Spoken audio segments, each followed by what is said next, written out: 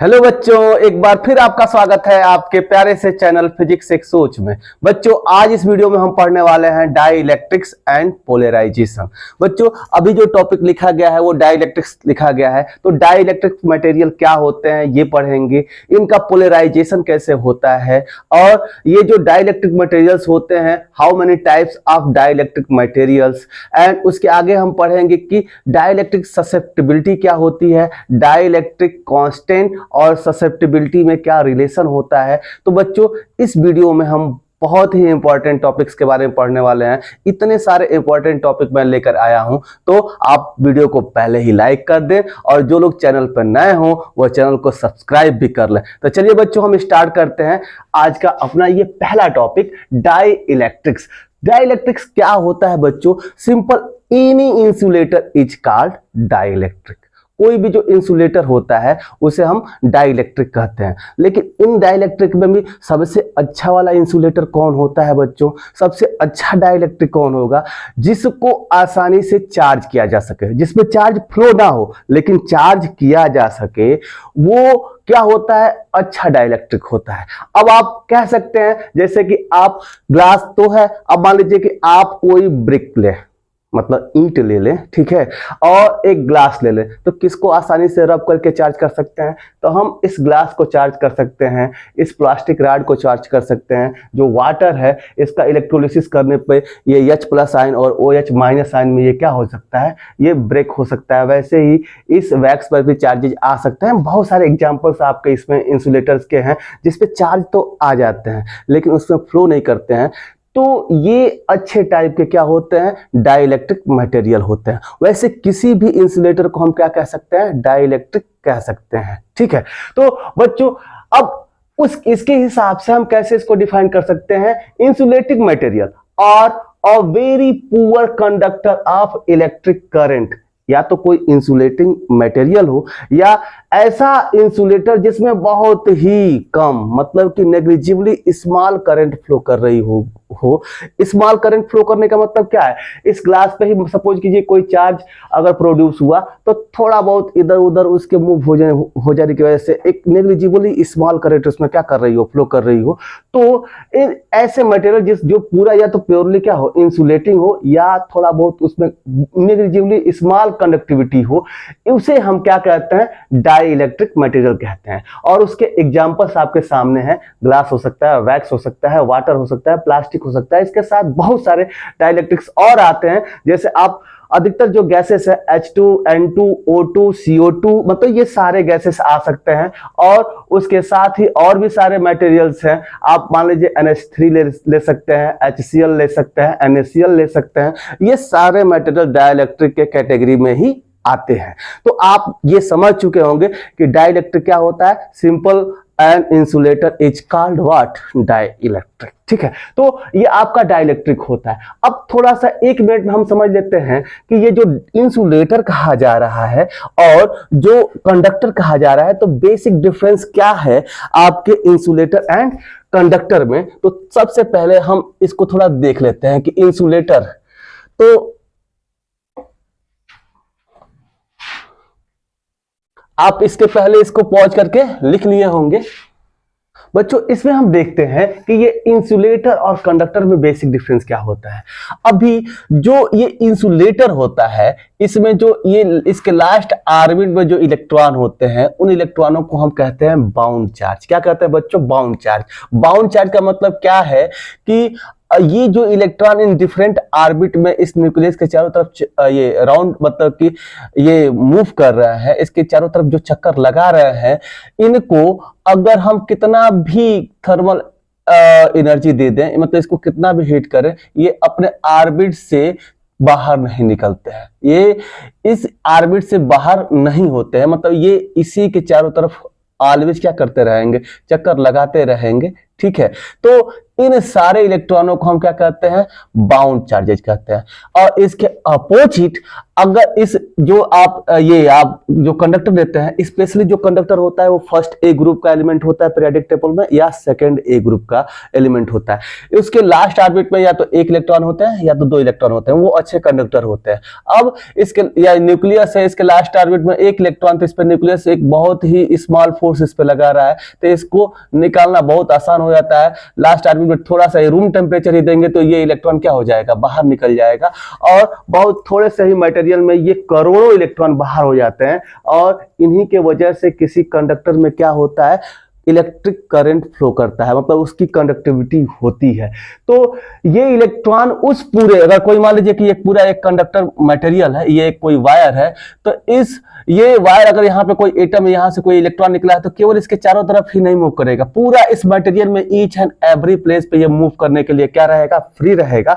तो इसका हम प्रेडिक्शन नहीं कर सकते हैं कि ये जो फ्री इलेक्ट्रॉन है वो कहाँ है इस पूरे मटेरियल में, ठीक है। तो ये चारों तरफ इस मटेरियल में मूव कर सकता है, इसलिए इस प्रकार के इलेक्ट्रॉनों को हम क्या कहते हैं, फ्री इलेक्ट्रॉन कहते हैं। और ऐसे इलेक्ट्रॉन केवल और केवल कंडक्टर में पाए जाते हैं, बहुत ही कम सेमीकंडक्टर में पाए जाएंगे। आपको जो 14 चैप्टर में पढ़ाऊंगा वहां पे हम पूरा इलेक्ट्रॉनिक्स पढ़ेंगे, और वहां पे समझाया जाएगा कि सेमीकंडक्टर मटेरियल्स क्या होते हैं। उसमें इक्का दुक्का फ्री इलेक्ट्रॉन्स उसमें पाए जाते हैं, और इसमें जो इलेक्ट्रॉन्स होते हैं सारे न्यूक्लियस के द्वारा क्या उस एटम में बाउंडेड होते हैं।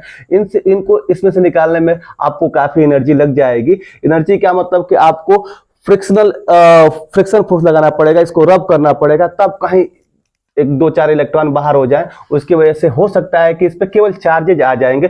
चार्ज जिस प्रकार से कहा जा रहा है कि इस पे पूरा इस मटेरियल में मूव करेंगे, उस प्रकार से इस पे हो सकता है कि चार्ज आ जाए, लेकिन चार्ज मूव करने की स्थिति में नहीं रहेगा। जहां पे प्रोड्यूस होगा उसी के चारों तरफ वो क्या कर सकता है, राउंड लगाते रहेगा, उसी एटम के आसपास वो चार्ज रहेगा, दूसरे एटम के पास नहीं चार्ज जाएगा।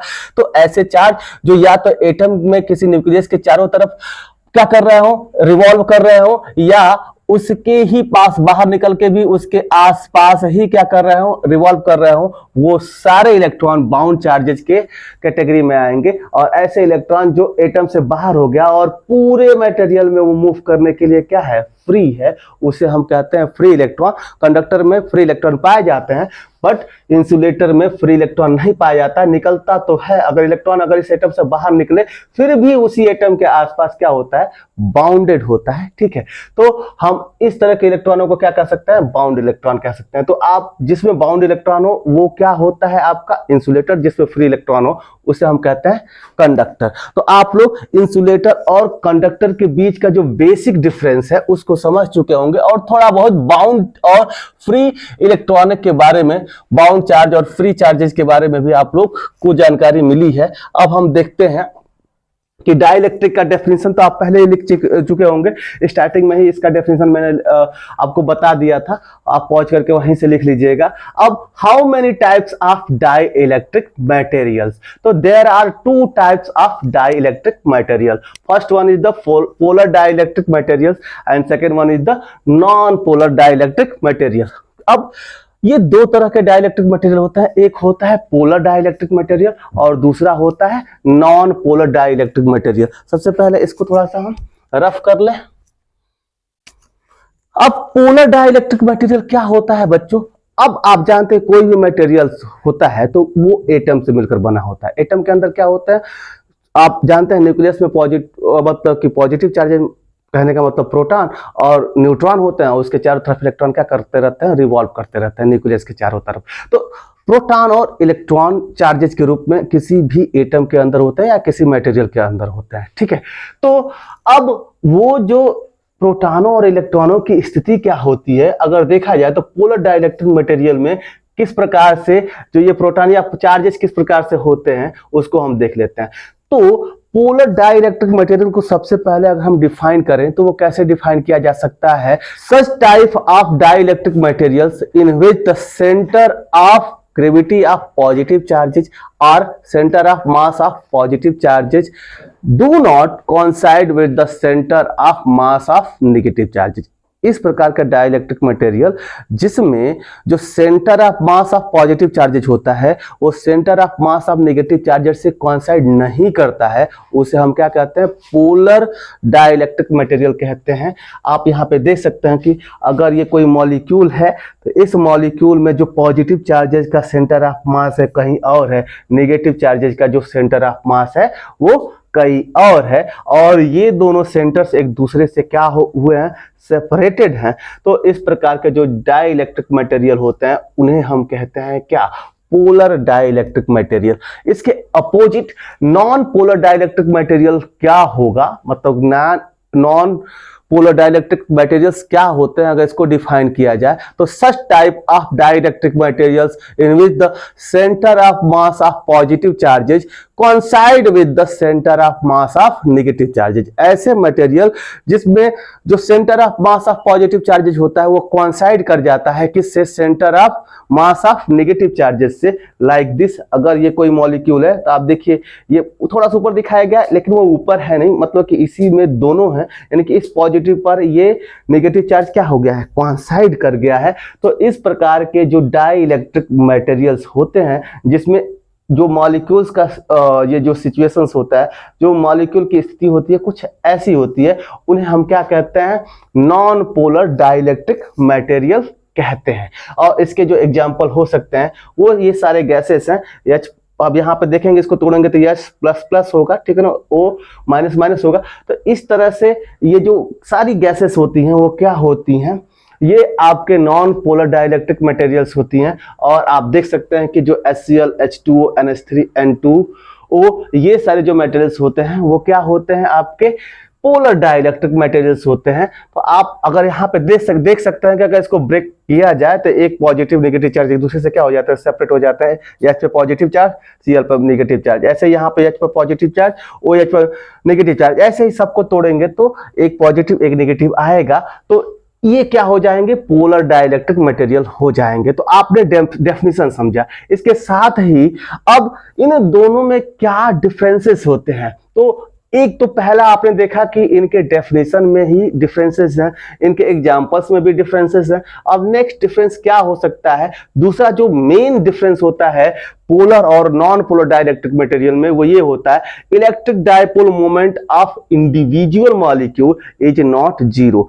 जो आपका पोलर डाइलेक्ट्रिक मटेरियल होगा उसमें जो आपके ये पॉजिटिव और नेगेटिव चार्जेज हैं, मतलब जितना यहाँ पॉजिटिव चार्ज है उतना यहाँ पर नेगेटिव चार्ज है, और इसके बीच का कुछ ना कुछ डिस्टेंस है, कुछ ना कुछ दूरी पे है। तो आप जानते हैं कहीं पे एक पॉजिटिव चार्ज है दूसरा उसके भी बराबर नेगेटिव चार्ज है, और उन दोनों के बीच में कुछ ना कुछ शॉर्टेन डिस्टेंस हो, तो ये क्या हो जाते हैं, इलेक्ट्रिक डाइपोल की तरह से वर्क करने लगते हैं। और कहीं पर भी इलेक्ट्रिक डाइपोल है, मान लीजिए इन दोनों के बीच का डिस्टेंस 2l ले लिया जाए, तो कहीं पर भी कोई इलेक्ट्रिक डाइपोल है तो उसका क्या बनता है, इलेक्ट्रिक डाइपोल मोमेंट बनता है। और आप यहां पे देख सकते हैं कि चार्जेस सेपरेटेड भी है, इन दोनों के बीच का कुछ ना कुछ डिस्टेंस भी है, और आप ये देख सकते हैं कि इक्वल एंड अपोजिट चार्जेज भी हैं। तो यहाँ पे जो कुछ ना कुछ इसका जरूर इलेक्ट्रिक डाइपोल मोमेंट होगा, जो कि इलेक्ट्रिक डाइपोल मोमेंट को हम किससे रिप्रेजेंट करते हैं, P से।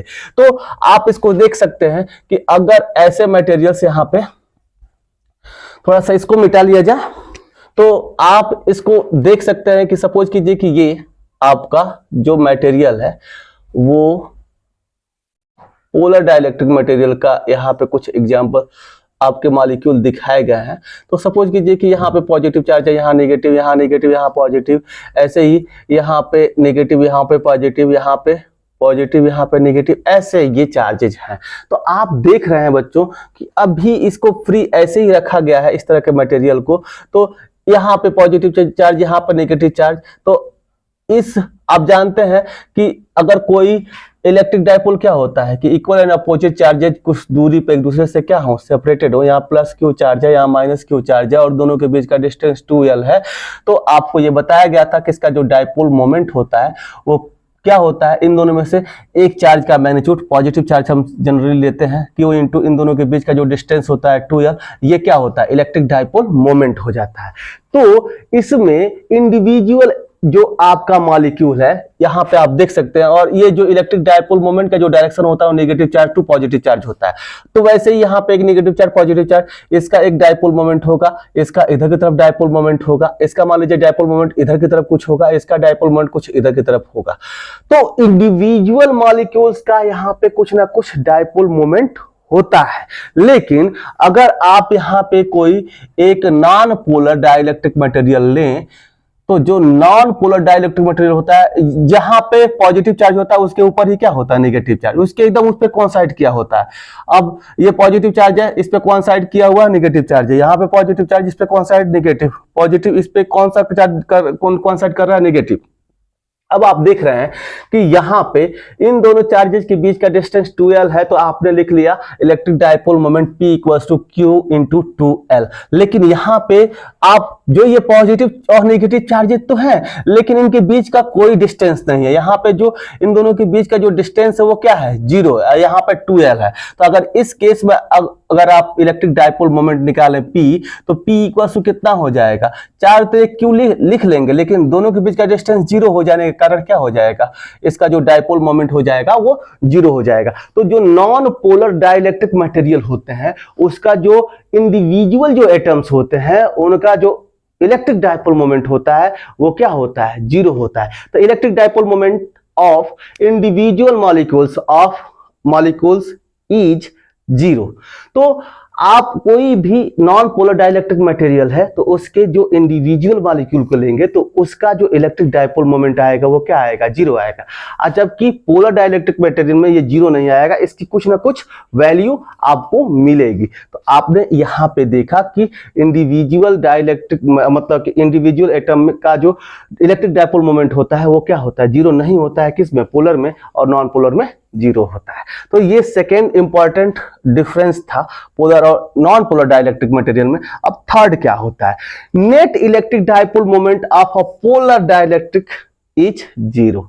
कोई पोलर डाइलेक्ट्रिक मटेरियल है तो इसका जो नेट टोटल डायपोल मोमेंट होगा, इलेक्ट्रिक डायपोल मोमेंट होता है बच्चों 0। क्यों, क्योंकि आप देखिए जो ये इसमें एटम्स है इनका ओरिएंटेशन एक ही तरफ नहीं है। देखिए यहाँ पे पॉजिटिव, यहाँ पे नेगेटिव है, तो इसका P इधर की तरफ, इसका P इधर की तरफ, इसका P इधर की तरफ, इसका P इधर की तरफ। तो इसमें अगर 1 ग्राम ऑफ एटम भी इसका लिया जाए, मतलब कि 1 ग्राम ऑफ इसका अगर हम मॉलिक्यूल लें तो 1 ग्राम, एक मतलब कि इसका 1 ग्राम ऑफ मटेरियल अगर लिया जाए किसी पोलर डाइलेक्ट्रिक मटेरियल का, तो उसमें 6 इंटू, आप ये जानते हैं एवोगाड्रो नंबर के बारे में, 6.023 into 10 to the power 23 molecule होता है। मतलब 1 ग्राम में इतने मॉलिक्यूल्स होते हैं, आपको पता है एवोगाड्रो नंबर के बराबर। तो इतने ज्यादा डायपोल बनेंगे, इतने ज्यादा डायपोल बनेंगे तो उन सारे डायपोलों का अलग अलग इलेक्ट्रिक डायपोल मोमेंट होगा, और सबका ओरिएंटेशन अलग अलग होने के कारण सारे डायपोल एक दूसरे को क्या कर देंगे, न्यूट्रलाइज कर देंगे। सारे डायपोल मोमेंट एक दूसरे को, वेक्टर क्वांटिटी होती है, सारे डायपोल मोमेंट एक दूसरे को न्यूट्रलाइज कर देंगे। और ऑन द होल देखा जाए तो इसके किसी एक सेक्शन का कोई वॉल्यूम ले लिया जाए तो उस वॉल्यूम का या पूरे मटेरियल का जो इलेक्ट्रिक डायपोल मोमेंट होगा वो क्या होगा, 0 होगा। तो हम ये कह सकते हैं कि the net electric dipole moment of a polar dielectric is 0। उसी तरह से अब आप इसमें भी देख सकते हैं कि the net dielectric moment of a non polar molecule is also 0। अब ये एक नॉन पोलर मॉलिक्यूल है, तो आप बच्चों देख रहे हैं यहाँ पे प्रत्येक जो इसमें मॉलिक्यूल लिया गया है, इसमें तो किसी मॉलिक्यूल का कुछ ना कुछ डायपोल मोमेंट था, सबको जोड़ने पर कैंसिल आउट होने के बाद टोटल क्या हो रहा है, 0 हो रहा है। लेकिन इसमें already each and every molecule का जो इलेक्ट्रिक डायपोल मोमेंट है वो क्या है, 0 है। सारे मॉलिक्यूल्स का ही इलेक्ट्रिक डायपोल मोमेंट 0 है, तो सबका 0 है। और सारे जीरोज को जोड़ेंगे तो एट लास्ट जो आपको रिजल्ट मिलेगा वो क्या मिलेगा, 0 मिलेगा, क्योंकि इसके इंडिविजुअल मॉलिक्यूल का ही इलेक्ट्रिक डायपोल मोमेंट क्या होता है, 0 होता है। इसलिए टोटल जोड़ा जाए तो इसका जो डायपोल मोमेंट होगा टोटल वो क्या हो जाएगा, 0 हो जाएगा।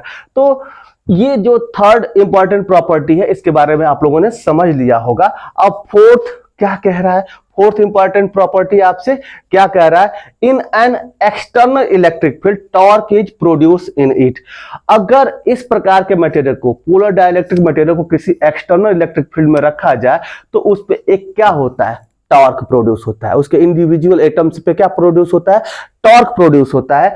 बट अगर इसको किसी इलेक्ट्रिक फील्ड में रखा जाए तो इस पे कोई भी टॉर्क प्रोड्यूस नहीं होता है। ठीक है, तो कैसे नहीं होता है और इस पे टॉर्क प्रोड्यूस होता है, इसको भी हम देख लें। बच्चों सबसे पहले टॉर्क क्या होता है, आपको एक टॉपिक पढ़ाया गया है फर्स्ट चैप्टर में और वहां बताया गया है कि अगर कोई इलेक्ट्रिक डायपोल हो और उस डायपोल को अगर किसी यूनिफॉर्म इलेक्ट्रिक फील्ड में रखते हैं, आपको ये टॉपिक बढ़ाया गया था आपको फर्स्ट चैप्टर में कि अगर ये यूनिफॉर्म इलेक्ट्रिक फील्ड हो और इसमें कोई आप माइनस क्यू चार्ज यहाँ पे प्लस क्यू चार्ज यहाँ पर रख दें और इसको इलेक्ट्रिक फील्ड से थीटा डिग्री पर रख दें, कितने डिग्री पर रख दें, थीटा डिग्री पे, तो आप इसमें टॉर्क जो प्रोड्यूस होता है वो किसके बराबर होता है, पीई साइन थीटा के बराबर होता है, ये जो टॉर्क प्रोड्यूस होता है। तो किसी भी अगर डायपोल को अगर हम इस एक्सटर्नल इलेक्ट्रिक फील्ड से थीटा डिग्री पर रखते हैं तो उसमें जो प्रोड्यूस होने वाला टॉर्क होता है वो पीई साइन थीटा होता है। तो आप देख रहे हैं कि इसमें जो आपके पोलर मॉलिक्यूल्स है, पोलर जो आपका डाइलेक्ट्रिक मटेरियल है, इसमें प्रत्येक मॉलिक्यूल का कुछ ना कुछ इलेक्ट्रिक डायपोल मोमेंट बन रहा है। इसके वजह से कोई इसका सिचुएशन ऐसे है पॉजिटिव नेगेटिव, और इस पे अगर बच्चों इसमें जो इलेक्ट्रिक डायपोल मोमेंट होगा वो इधर की तरफ होगा, इसमें जो इलेक्ट्रिक डायपोल मोमेंट होगा वो इधर की तरफ होगा, नेगेटिव टू पॉजिटिव डायरेक्शन में होगा, नेगेटिव इधर है तो इसका इलेक्ट्रिक डायपोल मोमेंट इधर की तरफ होगा। अगर किसी इसको एक्सटर्नल इलेक्ट्रिक फील्ड में रखा जाए तो मान लीजिए कि इस वाले चार्ज का जो ये डायपोल मोमेंट हुआ कुछ इस डायरेक्शन में है, तो ये देखिए एंगल इसका थीटा एंगल बना, तो आप यहाँ पे देख सकते हैं कि यहाँ पे टॉर्क प्रोड्यूस होगा। टॉर्क इक्वल क्या होता है, पीई साइन थीटा होता है। तो इसका ऑलरेडी कुछ ना कुछ इलेक्ट्रिक डायपोल मोमेंट है, अगर दो पॉजिटिव और नेगेटिव चार्ज एक दूसरे से सेपरेटेड है तो इसका कुछ ना कुछ इलेक्ट्रिक डायपोल मोमेंट तो है, ये पी तो है ही है, इलेक्ट्रिक फील्ड एक्सटर्नल दिया ही जा रहा है, दोनों के बीच का एंगल थीटा है, तो यहाँ पे श्योर है कि कुछ ना कुछ आपको टॉर्क प्रोड्यूस मिलेगा। अगर आप इसी कोई एक्सटर्नल इलेक्ट्रिक फील्ड है और इसमें कोई अगर आप सपोज कीजिए कि कोई नॉन पोलर डाइलेक्ट्रिक मटेरियल रख रहे हैं तो इस पे जो मान लीजिए कोई एक नॉन पोलर है, यहाँ पे पॉजिटिव चार्ज है, इसको जस्ट इस पे कोइंसाइड कर रहा है नेगेटिव चार्ज, तो इसमें जब P ही जीरो है, क्या है P जीरो है, तो P जीरो है तो टॉर्क भी इसका क्या हो जाएगा, जीरो हो जाएगा।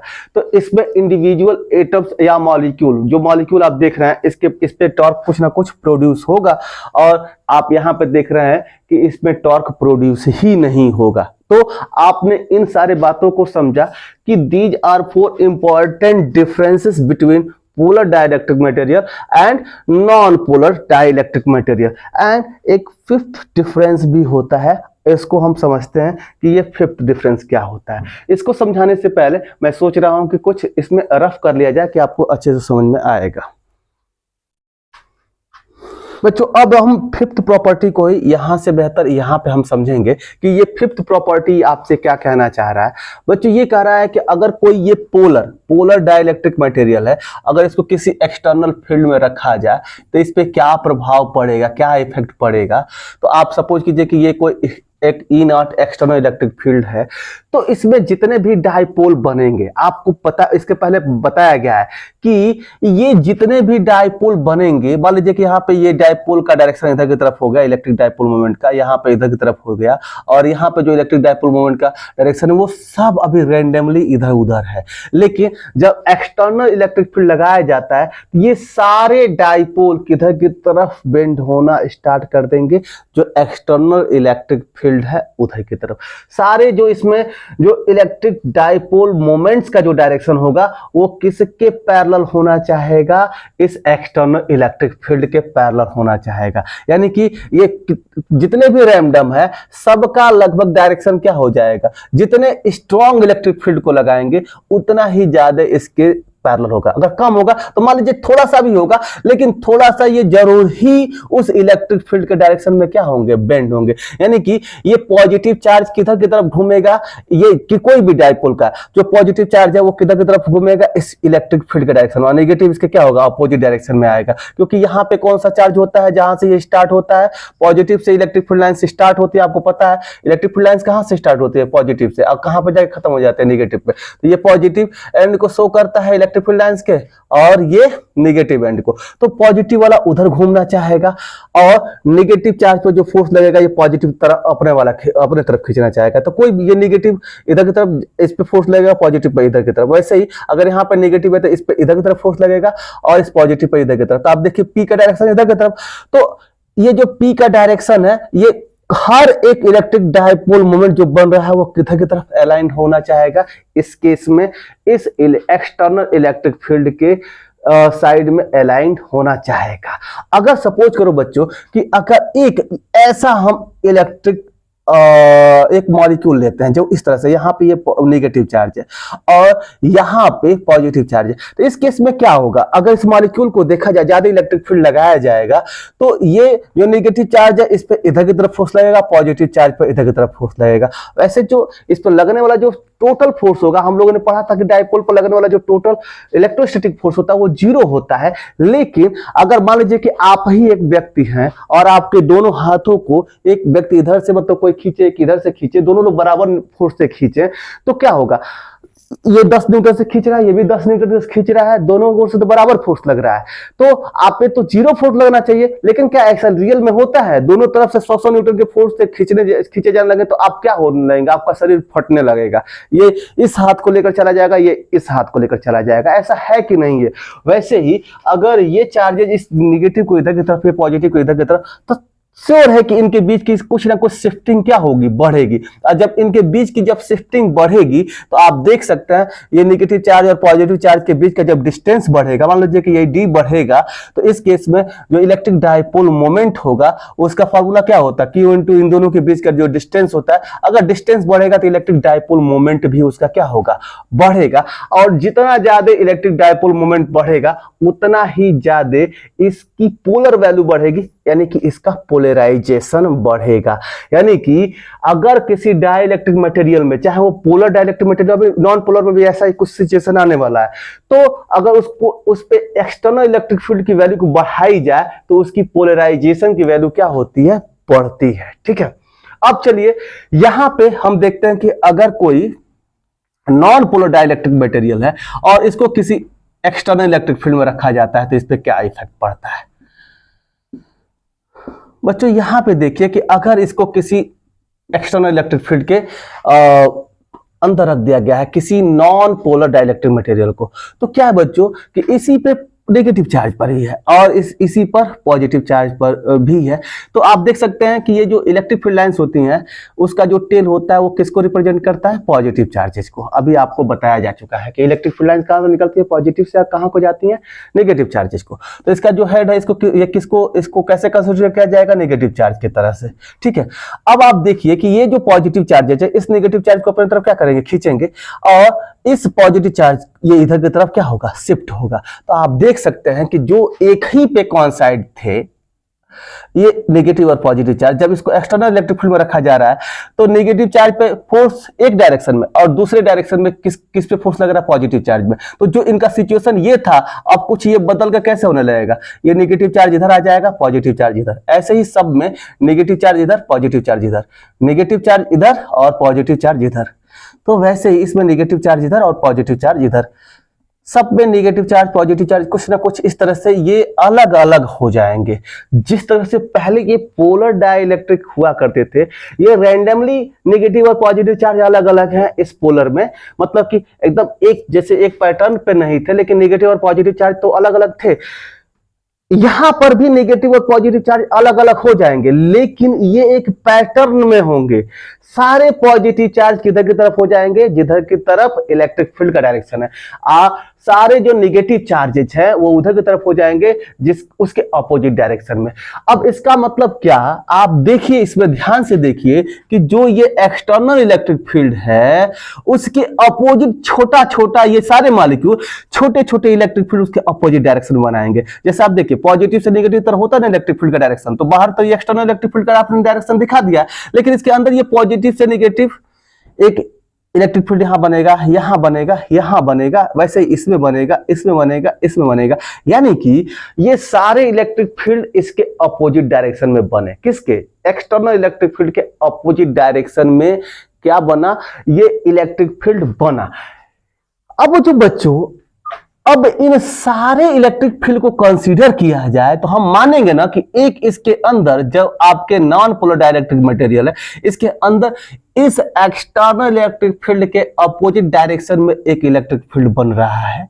जब ये कैसे बन रहा है कि सारे नेगेटिव चार्जेस किधर की तरफ शिफ्ट हो जा रहा है, इधर की तरफ opposite direction of electric field, और सारे पॉजिटिव चार्जेस किधर की तरफ शिफ्ट होना चाह रहे हैं, in the direction of electric field. तो ऑन द होल इसी सिचुएशन को ये मान लिया जाता है कि सारे नेगेटिव चार्ज कहाँ आ जाएंगे, यहाँ पे आ जाएंगे, और सारे पॉजिटिव चार्ज कहाँ आ जाएंगे, कंसीडर कर लिया जाता है कि यहाँ पे आ जाएंगे, और इसके अंदर एक internal induced electric field produce होगा। और सपोज कीजिए कि वो इलेक्ट्रिक फील्ड क्या है, EI है, EI है। तो ये जो इलेक्ट्रिक फील्ड है इस एक्सटर्नल वाले से क्या है, अपोजिट है, और इसके अंदर इसके वैल्यू को क्या कर दे रहा है, रिड्यूस कर दे रहा है। और वो जो रिड्यूस इलेक्ट्रिक फील्ड E होगा वो E नॉट, जितना ये है उसके अंदर जो अपोजिट डायरेक्शन में ये जो प्रोड्यूस हुआ है EI, इसके अपोजिट डायरेक्शन में ही होगा। तो ये E रिड्यूस जो होगा वो E नॉट माइनस EI के बराबर हो जाता है, जो इसके अंदर इलेक्ट्रिक फील्ड प्रोड्यूस होता है। अब आप देखिए बच्चों कि ये जो एक्सटर्नल इलेक्ट्रिक फील्ड है, ये जो नॉन पोलर डाइलेक्ट्रिक था, इसको पोलर बना दिया। इसमें नेगेटिव और पॉजिटिव चार्जेस को क्या कर दिया, अलग अलग कर दिया। और अलग अलग करने की वजह से इसके अंदर भी इसके अपोजिट डायरेक्शन में क्या प्रोड्यूस हुआ है, एक इलेक्ट्रिक फील्ड प्रोड्यूस हुआ है। और इसके अंदर जो इलेक्ट्रिक फील्ड हुआ वो जीरो नहीं हुआ। अब कभी भी जो ये एक्सटर्नल इलेक्ट्रिक फील्ड है अपने किसी भी डाइलेक्ट्रिक में अपने बराबर इलेक्ट्रिक फील्ड अपोजिट डायरेक्शन में नहीं प्रोड्यूस होगा।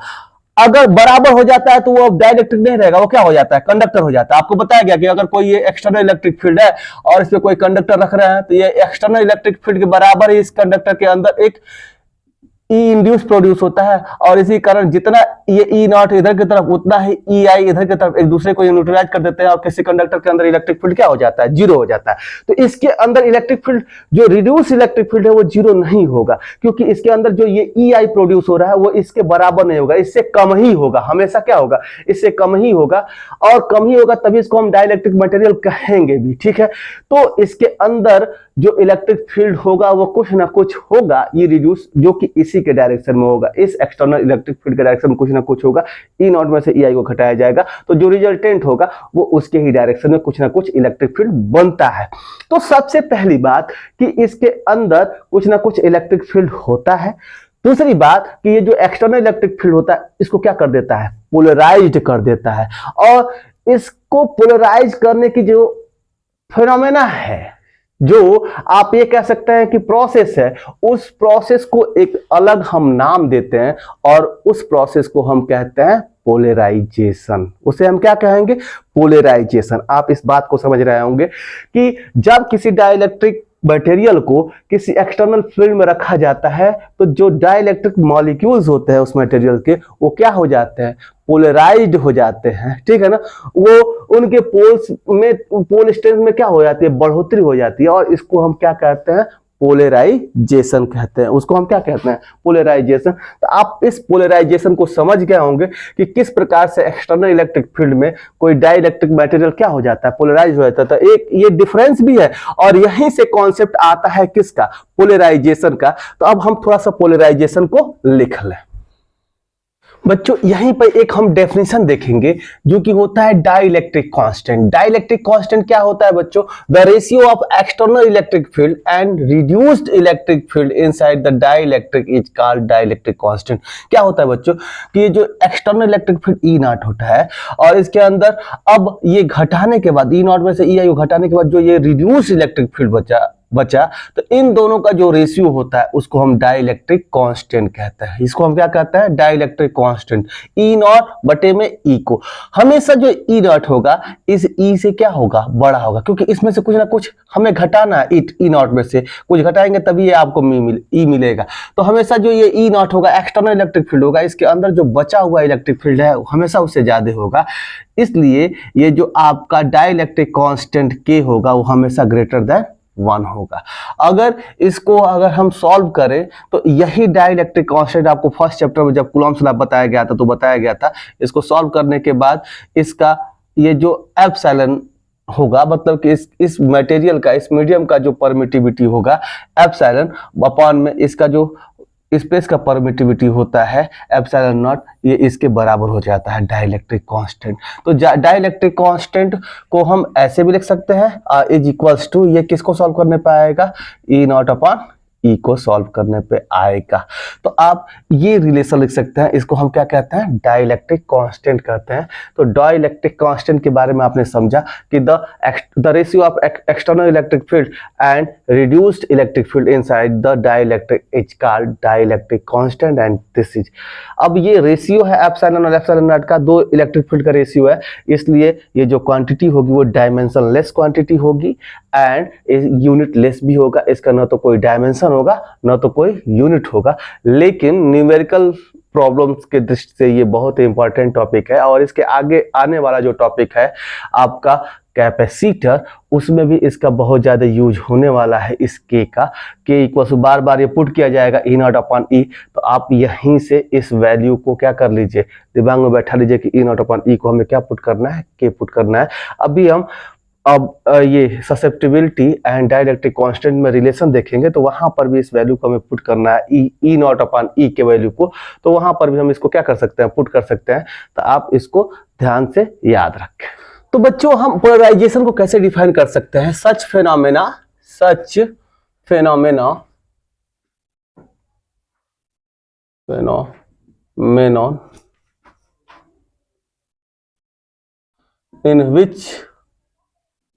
in which a dielectric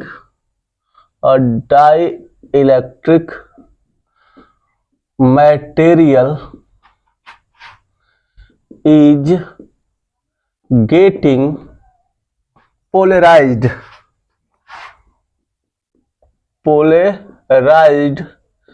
in external electric field E naught, external electric field E not हम इसको लिखेंगे is called polarisation,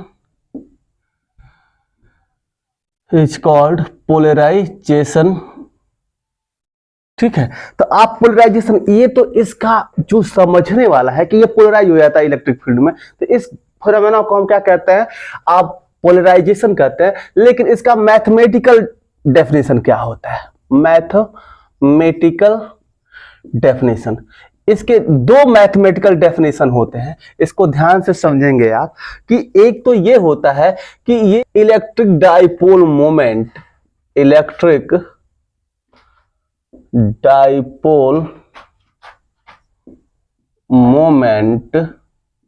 per unit volume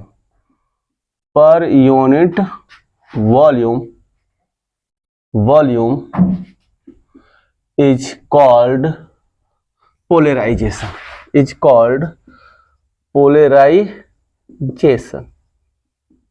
तो ये जो पोलराइजेशन होता है वो electric dipole moment per unit volume होता है। तो इलेक्ट्रिक डाइपोल मोमेंट अभी क्या बताया गया आपको बच्चों, यहाँ पे देखिए ये सारे नेगेटिव चार्जेज इधर आ गए हैं और सारे पॉजिटिव चार्जेज इधर आ गए हैं। सपोज कीजिए कि यहाँ इन दोनों के बीच का टोटल डिस्टेंस कितना है, d है। तो ये जितना नेगेटिव चार्ज यहाँ पे उतना ही पॉजिटिव चार्ज यहाँ पे होगा। तो जितना भी ये चार्ज है उसका मैग्नीट्यूड लेंगे, तो पॉजिटिव चार्ज का मैग्नीट्यूड हम क्यों ले रहे हैं, और दोनों के बीच का जो डिस्टेंस है अगर इससे मल्टीप्लाई कर देते हैं तो ये क्या हो जाएगा, इस पूरे सिस्टम का इलेक्ट्रिक डाइपोल मोमेंट हो जाएगा। और इसका वॉल्यूम कितना हो जाएगा, सपोज कीजिए कि इसका जो सरफेस एरिया ए है वो कितना है, वो ए है। और इसका मान लीजिए कि ये पूरा इस तरह से कोई एक ऐसा सिस्टम लिया गया कि जो इधर का इसका सरफेस एरिया है वो कितना है, ए है। और ये एरिया ए, इधर का भी एरिया ए, और ए इंटू डी, आप जानते हैं कोई भी सिलेंडर हो चाहे कोई भी ऐसा कोई ऑब्जेक्ट हो, तो ये नीचे जो इसका एरिया है इसके हाइट से मल्टीप्लाई कर देते हैं तो इसका क्या निकल जाता है, वॉल्यूम निकल जाता है। वैसे ही ये भी मान लीजिए कि नीचे से ऐसा कोई बेस है और इसका वैसा ही बेस ऊपर है, ऊपर ये क्या है जो डी है उसका हाइट है, तो इसके एरिया और इसके डी से मल्टीप्लाई कर दिया जाएगा तो क्या हो जाएगा, वॉल्यूम हो जाएगा। तो ए इंटू डी, इस डी से डी को अगर हटा दिया जाए तो ये जो चार्जेज है ये इंड्यूस चार्जेज है। तो आप चाहे तो यहाँ पे क्यू आई भी लिख सकते हैं, जो चार्जेज हैं इस इलेक्ट्रिक फील्ड की वजह से इंड्यूस्ड हुए हैं तो ये क्यू आई भी लिख सकते हैं। डी से डी कट गया तो ये जो पोलराइजेशन आया वो इंड्यूस्ड चार्ज डेंसिटी के क्या हो जाता है, बराबर हो जाता है। जो पोलराइजेशन होता है वो किसके बराबर हो जाता है, इंड्यूस चार्ज डेंसिटी के बराबर भी हो जाता है। तो आप इन फॉर्मूले को भी क्या कर सकते हैं, लिख सकते हैं। अब इसके साथ ही एक और फॉर्मूला बनता है आपके पोलराइजेशन का, वो क्या होता है उसको भी आप देख लीजिए। ये तो दूसरा, पहले तो ये आपका इस तरह से कॉन्सेप्चुअल डेफिनेशन था, ये मैथमेटिकल था। अब ये जो आपका पोलराइजेशन है, थोड़ा सा आप सोचिए कि किस पे डिपेंड करता है। अगर आपसे देखा जाए तो एक थर्ड डेफिनेशन यहां से बनेगा कि जो ये मॉलिक्यूल का पोलराइजेशन है वो एक्सटर्नल इलेक्ट्रिक फील्ड पे डिपेंड करता है। जितना ही ज्यादा ये इलेक्ट्रिक फील्ड लगाएंगे उतना ही ज्यादा इसके बीच का सेपरेशन बढ़ेगा, और सेपरेशन बढ़ेगा तो इलेक्ट्रिक डायपोल मोमेंट उतना ही ज्यादा होगा। क्लियर है, उतना ही ज्यादा इलेक्ट्रिक डायपोल मोमेंट होगा। तो आप ये कह सकते हैं कि ये जो पोलराइजेशन होता है, पोलराइजेशन ये डायरेक्टली प्रोपोर्शनल टू क्या हो, इस रिड्यूस्ड इलेक्ट्रिक फील्ड होता है। ये इंड्यूस्ड नहीं और ये एक्सटर्नल नहीं, जो इसके अंदर इलेक्ट्रिक फील्ड प्रोड्यूस हुआ इसको घटाने के बाद जो ये ई रिड्यूस्ड हुआ इसके ये डायरेक्टली प्रोपोर्शनल होता है। तो आप यहां पे लिख सकते हैं ये जो पोलराइजेशन होगा वो इक्वल, ये प्रोपोर्शनलिटी साइन हटेगा तो यहाँ पे कांस्टेंट लगेंगे और एक कांस्टेंट एप्सिलॉन नॉट होता है और जो दूसरा कांस्टेंट होता है वो काई होता है। वो क्या होता है, काई होता है और इनटू में ई हो जाएगा। इस काई को हम कहते हैं dielectric susceptibility. Dielectric susceptibility, susceptibility, ठीक है, ये डाई इलेक्ट्रिक ससेप्टिबिलिटी है। तो अब ये डाई इलेक्ट्रिक ससेप्टिबिलिटी की वैल्यू जितनी ज्यादा होगी जिस मटेरियल के लिए, पोलराइजेशन उसका उतना ही ज्यादा होगा, और इसकी वैल्यू जितना कम होगी उतना ही पोलराइजेशन कम होगा। बस इतना ही आपको जानना है। यहां पे हम देखते हैं रिलेशन बिटवीन, एक नेक्स्ट टॉपिक छोटा सा इसमें है, हम देख लेते हैं रिलेशन बिटवीन डाइलेक्ट्रिक कांस्टेंट के एंड डाइलेक्ट्रिक ससेप्टिबिलिटी काई। इन दोनों के बीच में रिलेशन क्या होता है इसको लिख लीजिएगा। आप इसको अपने शब्दों में लिखिएगा, डाइलेक्ट्रिक कांस्टेंट के और ये डाइलेक्ट्रिक ससेप्टिबिलिटी काई, इन दोनों में क्या रिलेशन होता है इसको हम देख ले बच्चों। इसी फॉर्मूले को जो यहाँ पे इंड्यूस इलेक्ट्रिक फील्ड अगर यहाँ पे जो बना, अगर इसको लिखा जाए तो ये E इक्वल्स टू कितना हो जाएगा, E equals to E naught minus E I. हम इसको क्या कर सकते हैं, लिख सकते हैं। अब जो यहाँ पे अभी आपने देखा कि ये जो ई आया इसकी कुछ ना कुछ वैल्यू हम यहाँ पे क्या कर सकते हैं, पुट कर सकते हैं। जो ई है इसको रहने दीजिए, ई इंड्यूस्ड को हम यहाँ पे लिखना चाहेंगे। तो ई इंड्यूस कितना हो जाएगा इसको हम देख सकते हैं। तो बच्चों यहाँ पे देखिए,